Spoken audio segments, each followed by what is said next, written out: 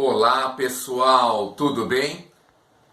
Você sabe afinal o que é corrupção? Muito se fala sobre corrupção no Brasil, principalmente depois da famosa Ação Penal 470, conhecida como Ação do Mensalão, e sobretudo da famigerada Operação Lava Jato. Falam que a corrupção é o câncer do Brasil, que é o grande problema do Brasil, que tem que se tornar crime hediondo. Mas afinal, o que é corrupção? Se você quer entender do ponto de vista do direito penal, então vamos à análise.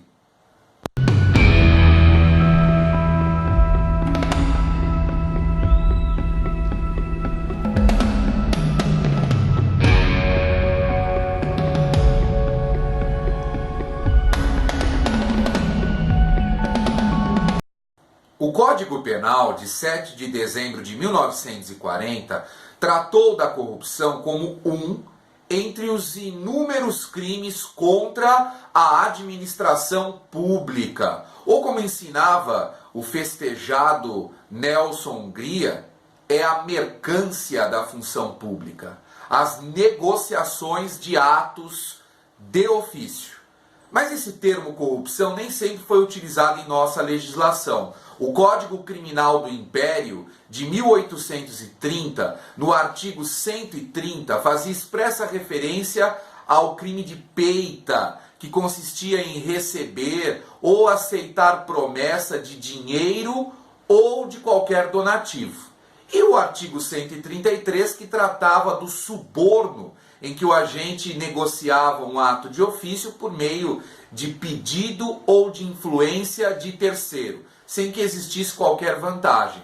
Depois, o Código Penal da República, de 1890, uniu no artigo 214 a peita e o suborno.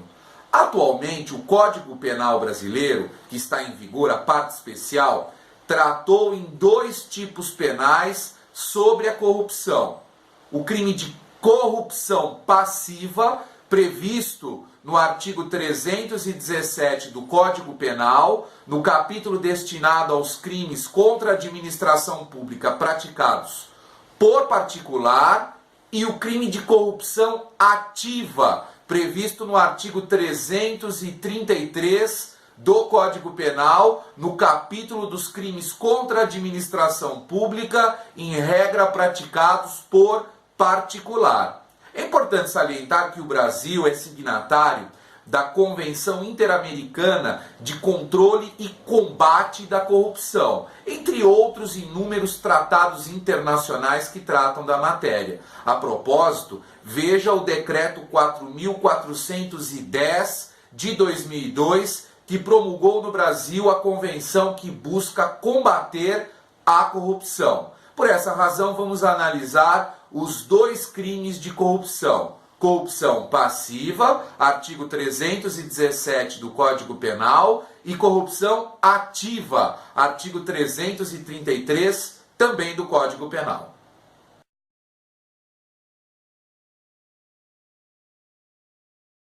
O crime de corrupção passiva está previsto topograficamente no capítulo que trata dos crimes contra a administração pública praticados por funcionário público. E o artigo 317 do Código Penal tem a seguinte redação: solicitar ou receber para si ou para outrem, direta ou indiretamente, ainda que fora da função ou antes de assumi-la, vantagem indevida, ou aceitar promessa de tal vantagem, pena, reclusão de 2 a 12 anos e multa. Esse tipo penal visa proteger, visa tutelar o bem jurídico, a administração pública, mais especificamente o adequado funcionamento da administração pública, na perspectiva dos princípios da moralidade e da probidade. Aliás, é o que prevê o artigo 37 da Constituição Federal, ao tratar dos princípios que regem a administração pública, como a legalidade, a impessoalidade, a moralidade, a publicidade, a eficiência, o famoso LIMP. Portanto, o tipo penal de corrupção passiva busca proteger a administração pública e o seu regular funcionamento. Mas quem pode praticar esse crime?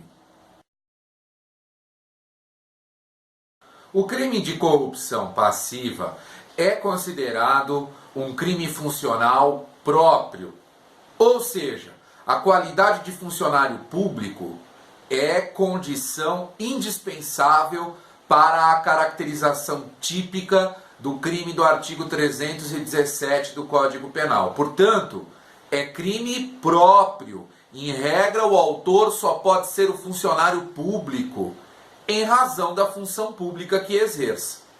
O próprio tipo penal do artigo 317 diz que ainda que o agente esteja fora da função ou até mesmo antes de assumi-la, por exemplo, logrou êxito no concurso público, mas ainda não assumiu a função, mas solicita, recebe ou aceita a promessa de vantagem em razão da função pública. Portanto, o crime é próprio, só pode ser praticado em regra por funcionário público, levando em consideração o conceito do artigo 327 do Código Penal, que dispõe: considera-se funcionário público para os efeitos penais quem, embora transitoriamente sem remuneração, exerça cargo, emprego ou função pública.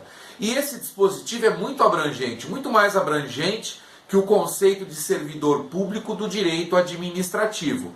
Portanto, abrange desde o presidente da República, governadores de estado, prefeitos municipais, juízes de direito, delegados de polícia, oficiais de justiça, todos os indivíduos que exerçam cargo, nos termos lá do artigo 3º da Lei 8.112 de 90, emprego público, nos termos e regido pela CLT, ou função pública, como por exemplo jurado, o mesário na eleição e etc. Portanto, o conceito é bastante abrangente, até levando em consideração o parágrafo 1º do próprio artigo 327, que equipara a funcionário público quem exerce a atividade pública em paraestatais, em sociedades de economia mista, empresas públicas, etc. O tipo penal do artigo 317, o crime de corrupção, ele é uma exceção, assim como o crime de corrupção ativa do artigo 333, à denominada teoria unitária ou monista. Portanto, não se aplica à regra geral do artigo 29 do Código Penal, que dispõe que quem, de qualquer modo, concorre para o crime incide nas penas a ele cominadas. O particular que oferece ou promete vantagem indevida a funcionário público não incorre como partícipe ou autor do crime do artigo 317. Na verdade, será autor do crime de corrupção ativa do artigo 333 do Código Penal. No entanto, nada impede que o próprio particular induza, instigue ou auxilie o funcionário público a solicitar, a receber ou aceitar a promessa de vantagem. E neste caso, será partícipe do crime de corrupção passiva. Mas é importante ressaltar que o crime de corrupção passiva é próprio. E ainda, se o agente for militar, haverá outro crime. O crime do artigo 308 do Decreto-Lei 1001 de 69, que é o Código Penal Militar. Seja militar ou, por exemplo, policial militar, que solicitar, receber ou aceitar promessa de vantagem incorre, no caso, em crime militar. O sujeito passivo, a vítima do crime de corrupção passiva, é o Estado, principalmente. E no âmbito da conduta solicitar, praticada pelo funcionário público, é claro que o particular também pode ser vítima dessa modalidade delituosa. O crime de corrupção passiva é de ação múltipla. 3 são os verbos previstos no artigo 317: solicitar, receber ou aceitar promessa de vantagem indevida. Solicitar é o mesmo que pedir. Receber é o mesmo que entrar na posse de algo. E aceitar promessa trata-se da conduta de concordar com a promessa realizada por um terceiro. O funcionário público pode praticar essas 3 condutas diretamente ou indiretamente, valendo-se de um terceiro, até mesmo um particular, que venha a solicitar, a receber ou a aceitar a promessa do terceiro, que pode ser inclusive um particular ou um outro funcionário público. É necessário salientar que o crime do artigo 317 contém um elemento normativo, com a expressão vantagem indevida. Importante primeiro compreender que vantagem indevida é vantagem ilegal, ilícita, que não tem cabimento. Porque se a vantagem for devida e a forma de solicitar ou receber essa vantagem que é devida, isso não caracterizaria tipicamente corrupção passiva. Pode caracterizar uma outra infração penal ou, eventualmente, mero ato de improbidade administrativa, nos termos da Lei 8.429 de 1992. Portanto, a vantagem há de ser indevida, ilegal, não é uma vantagem adequada. Além disso, a vantagem indevida pode ser de qualquer natureza, conforme prevalece na doutrina brasileira. A vantagem indevida pode ser de natureza econômica, que geralmente é econômica, dinheiro ou outras vantagens de natureza pecuniária. Pode ser uma vantagem moral, até mesmo sexual. O funcionário público que, por exemplo, solicite vantagens ou favores sexuais em troca de um ato de ofício. Além disso, a doutrina faz uma construção que distingue a corrupção passiva imprópria e corrupção passiva imprópria. Corrupção passiva própria é aquela em que o funcionário público solicita, recebe ou aceita a promessa de vantagem indevida para praticar um ato de ofício ilegal, ilícito. Por exemplo, não citar um réu que deve ser citado. Ou a corrupção passiva imprópria, que é aquela em que o funcionário público solicita, recebe ou aceita a promessa de vantagem para realizar um ato que é legal, lícito. Por exemplo, citar um réu que deveria ser citado num processo penal, de maneira mais eficiente, porque é o interesse de alguém. Então, a corrupção passiva é dividida doutrinariamente em corrupção passiva própria, quando visa a prática de um ato de ofício ilegal, e corrupção passiva imprópria, quando visa a prática de um ato de ofício legal, lícito. Além disso, é importante ressaltar que o funcionário público pratica essas condutas levando em consideração a sua função pública, ou seja, que o ato de ofício seja da sua atribuição, da sua competência administrativa ou até mesmo jurisdicional, em caso de membros do Poder Judiciário. Pois se não é a atribuição do funcionário público que ele solicita, por exemplo, uma vantagem que é indevida, pode ocorrer uma outra infração penal, por exemplo, tráfico de influência, previsto no artigo 332 do Código Penal, ou qualquer outra, mas não será corrupção passiva. É necessário que o ato de ofício seja da atribuição, da competência do sujeito, do autor do delito. A doutrina brasileira concorda que no âmbito da corrupção passiva é admitida a corrupção denominada antecedente e a corrupção subsequente. Na corrupção antecedente, o funcionário público recebe a vantagem indevida antes da prática do ato de ofício. Na corrupção passiva subsequente, o funcionário público primeiro pratica o ato de ofício na esperança de receber posteriormente a vantagem indevida. Ambas são admitidas no sistema brasileiro. O que não é admitido é a corrupção ativa subsequente, a corrupção lá do artigo 333, como veremos no momento oportuno. Na doutrina sempre prevaleceu, em razão do princípio do postulado da proporcionalidade, que pequenos presentes por serviços prestados de forma extraordinária, como caixa de bombom, uma garrafa de vinho no Natal ou no Ano Novo, como sinônimo de boas festas, em razão do bom senso, que não caracterizaria um crime de corrupção passiva, caso o funcionário público recebesse esses presentes de pequena monta. Nesse sentido, era inclusive o entendimento do Supremo Tribunal Federal. Aliás, o Supremo Tribunal Federal admite a aplicação do princípio da insignificância a todos os crimes contra a administração pública, como, por exemplo, corrupção passiva. Trata-se, nesse sentido, do julgamento do habeas corpus 112.388 de 2012, da relatoria do ministro Lewandowski, que aplicou o princípio da insignificância no crime de peculato e o que se estende como precedente judicial, inclusive aos outros crimes contra a administração pública.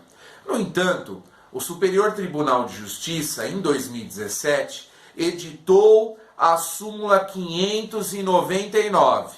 Veja aí, súmula 599, que dispõe que é inaplicável o princípio da insignificância nos crimes contra a administração pública. Pois nessas infrações penais em geral, e especificamente no caso da corrupção passiva, tutela-se a moralidade no âmbito da administração pública, e não o patrimônio, e não o erário público em específico. Portanto, a moralidade não seria compatível com a ideia de insignificância, que tem o condão de afastar a tipicidade material. Nós, com a devida vênia, ousamos discordar do enunciado da súmula 599 e, nesse sentido, concordamos com os inúmeros precedentes do Supremo Tribunal Federal. Até porque esses casos de receber pequenos presentes em razão de serviços extraordinários não caracteriza o crime de corrupção por ausência de dolo do funcionário público. Portanto, nós entendemos que a súmula 599 do STJ não tem razão de ser no atual cenário jurídico. O crime de corrupção passiva não admite jamais a modalidade culposa. O crime é sempre doloso. O agente deve dolosamente praticar as condutas de solicitar, receber ou aceitar promessa de vantagem indevida. No entanto, é importante frisar que o tipo penal do artigo 317 contém um elemento subjetivo especial, ou seja, uma finalidade especial. O agente solicita, recebe ou aceita a promessa de vantagem, direta ou indiretamente, para si ou para um terceiro.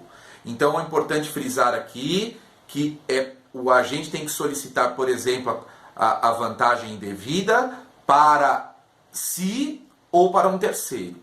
No entanto, se essa vantagem for destinada à administração pública, diretamente ao Estado, tem prevalecido que, no caso, não haverá crime de corrupção passiva. Pode caracterizar, na verdade, ato de improbidade administrativa nos termos do artigo 11, inciso 1 da Lei 8.429 de 92. Portanto, o tipo penal exige a finalidade especial do agente solicitar, receber ou aceitar a promessa de vantagem para si ou para um terceiro. O crime de corrupção passiva é considerado pela doutrina e pela jurisprudência do Supremo Tribunal Federal como um crime formal ou de consumação antecipada. Basta que o funcionário público solicite, receba ou aceite a promessa de vantagem, independentemente de ter praticado ou retardado qualquer ato de ofício. Portanto, o crime está consumado no momento em que o agente solicita, que recebe ou que aceita a promessa da vantagem indevida. Caso o funcionário público retarde, deixe de praticar ou pratique infringindo o dever funcional um ato de ofício, nesse caso, o que seria o mero exaurimento da infração penal, o parágrafo 1º do artigo 317 prevê como causa especial de aumento de pena, autorizando o aumento de 1/3 na pena se o funcionário público retardar, deixar de praticar ou praticar o ato de ofício infringindo o dever funcional. O parágrafo 2º do artigo 317 do CP prevê a denominada corrupção privilegiada, que tem pena bem inferior à corrupção passiva do caput do artigo 317. A pena é de detenção.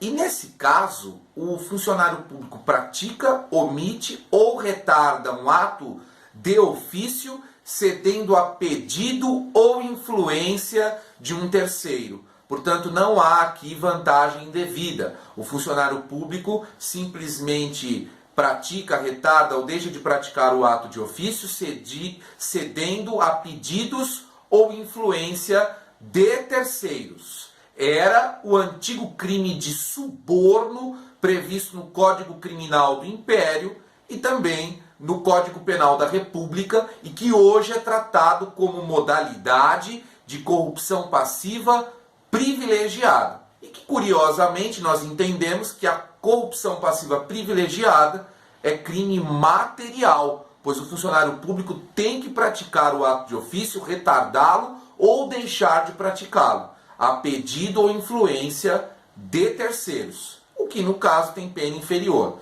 A pena é inferior, pois considerou o legislador que o desvalor da ação ele é menor, haja vista que aqui não há vantagem indevida, mas apenas pedido ou influência de terceiros.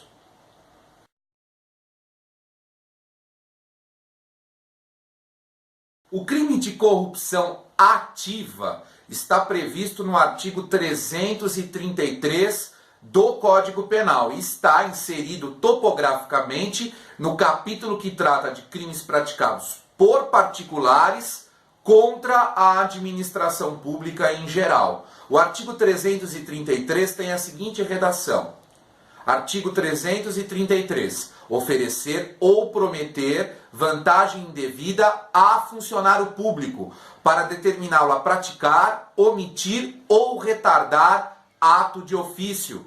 Pena reclusão de 2 a 12 anos e multa. Esse crime, que está previsto no artigo 333 do Código Penal, diferente do crime de corrupção passiva, é comum, pode ser praticado por qualquer pessoa, em geral por particulares, mas pode ser praticado até mesmo por um outro funcionário público que não aquele que recebeu ou aceitou a promessa da vantagem indevida.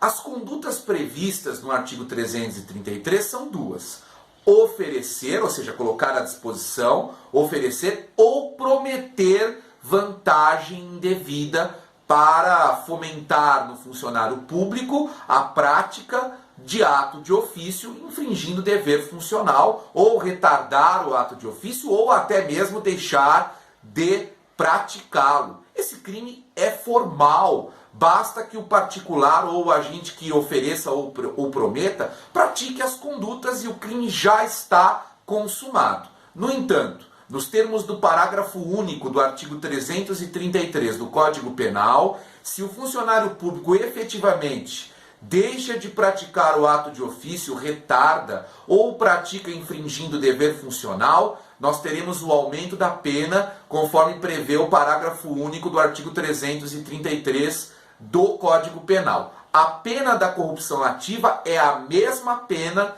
da corrupção passiva, reclusão de 2 a 12 anos e multa. E nesse caso é o indivíduo que corrompe. Então, a corrupção ativa é o crime daquele que corrompe, enquanto a corrupção passiva é do corrompido, do indivíduo que foi corrompido em razão da vantagem indevida. Levando em consideração os dois tipos penais, corrupção passiva, artigo 317, e corrupção ativa, 333, ambos do Código Penal, nós teremos a seguinte configuração. Pode acontecer, simplesmente, do funcionário público solicitar a vantagem indevida de um particular, por exemplo. Nesse caso, que o funcionário público solicitou, se o particular entrega, se ele dá a vantagem indevida, o funcionário público incorre no crime do artigo 317. E o particular não pratica crime algum, O crime do artigo 333 possui apenas dois verbos, oferecer ou prometer. Não está lá o verbo entregar ou dar vantagem àquele que já está corrompido. Portanto, nessa situação, apenas o funcionário público incorre no crime. Pode acontecer, por sua vez, do particular oferecer a vantagem indevida a um funcionário público. E esse funcionário público aceitar promessa da vantagem. Nesse caso, o funcionário público responde pelo crime do artigo 317 e o particular pelo crime do artigo 333 do Código Penal. Ou ainda, pode acontecer do funcionário público receber a vantagem que foi ofertada pelo particular. Então, o particular ofereceu e o funcionário público recebeu a vantagem indevida. Nessa situação, está caracterizado o crime de corrupção passiva por parte do funcionário público e corrupção ativa por parte do particular. Ainda elas podem correr de forma independente, como vimos no primeiro exemplo. Então pode acontecer do particular oferecer a vantagem indevida e o funcionário público não aceitar a vantagem. Nessa situação, somente o particular incorrerá no crime de corrupção ativa. Diante de tudo, nós podemos constatar que esta exceção à teoria monista, no caso de concurso eventual de pessoas, é satisfatória para resolver certos problemas. Porque pode ter corrupção passiva, sem corrupção ativa e reciprocamente pode acontecer o mesmo. Corrupção ativa sem que exista corrupção passiva. Existem inúmeras outras modalidades de corrupção espalhadas por todo o ordenamento jurídico pátrio. Podemos citar como exemplo a corrupção no âmbito dos crimes contra a ordem tributária, na qual o fiscal solicita vantagem para não cobrar um determinado tributo, conforme previsto no artigo 3º, inciso 2, da Lei 8.137 de 90. Ou ainda a própria corrupção eleitoral, prevista no artigo 299 do Código Eleitoral, a Lei 4.737 de 1965. O próprio crime de corrupção militar, previsto no artigo 308 do Código Penal Militar, ou ainda a corrupção desportiva, constante dos artigos 41C e 41D, ambos do Estatuto do Torcedor, a Lei 10.671 de 2003. É importante frisar que nós não podemos confundir corrupção passiva com concussão, crime do artigo 316 do Código Penal e que tem a seguinte redação: exigir para si ou para outrem, direta ou indiretamente, ainda que fora da função, ou antes de assumi-la, mas em razão dela, vantagem indevida, pena reclusão de 2 a 8 anos e multa. O crime de concussão, no crime de concussão, há exigência e não mera solicitação, uma espécie de ameaça em razão das atribuições do funcionário público. Por isso nós não podemos confundir o crime de concussão, que aliás é mais grave e tem curiosamente pena menor, que o crime de corrupção passiva. Tramitam no Congresso Nacional inúmeros projetos de lei que visam incluir os crimes contra a administração pública, sobretudo a corrupção passiva e ativa, no rol do artigo 1º da Lei 8.072 de 90, ou seja, o rol dos crimes hediondos. Por exemplo, o projeto de lei 6665 de 2016, que pretende incluir vários crimes contra a administração pública no rol dos crimes hediondos, dos crimes que são considerados repugnantes. Nós entendemos que essas medidas de política criminal não têm o condão de reduzir efetivamente a criminalidade. A Lei 10.763 de 2003, ela tinha aumentado a pena tanto do crime de corrupção passiva quanto do crime de corrupção ativa. e nada mudou no cenário brasileiro no que tange a questão e problema da corrupção. Por isso nós entendemos que medidas de política criminal, como por exemplo as 10 medidas anticorrupção propostas pelo Ministério Público Federal, que nós entendemos mais que sejam 10 medidas anticonstituição, não tem nenhuma eficácia para combater efetivamente a criminalidade. Outras medidas de política criminal são mais eficazes, como veremos num outro vídeo. Diferente de outros países pelo mundo, o Brasil não tipificou o denominado crime de corrupção privada ou corrupção no setor privado, geralmente condutas praticadas no âmbito das empresas. Existem inúmeros projetos de lei tramitando no Congresso Nacional que pretendem tipificar a denominada corrupção privada ou entre particulares.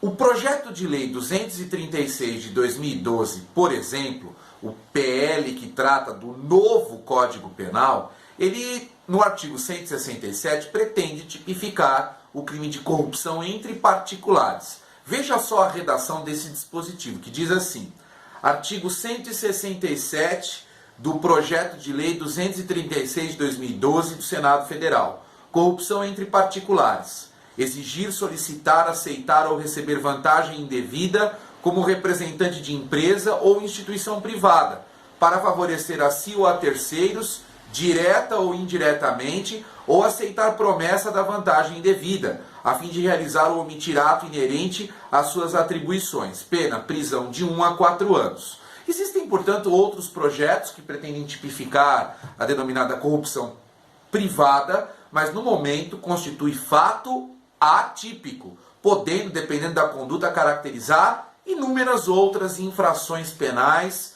previstas no Código Penal ou em leis penais especiais. Basicamente era isso que eu gostaria de abordar sobre o crime de corrupção passiva e também ativa. Espero que tenham aproveitado essa análise jurídica. Um abraço e até a próxima!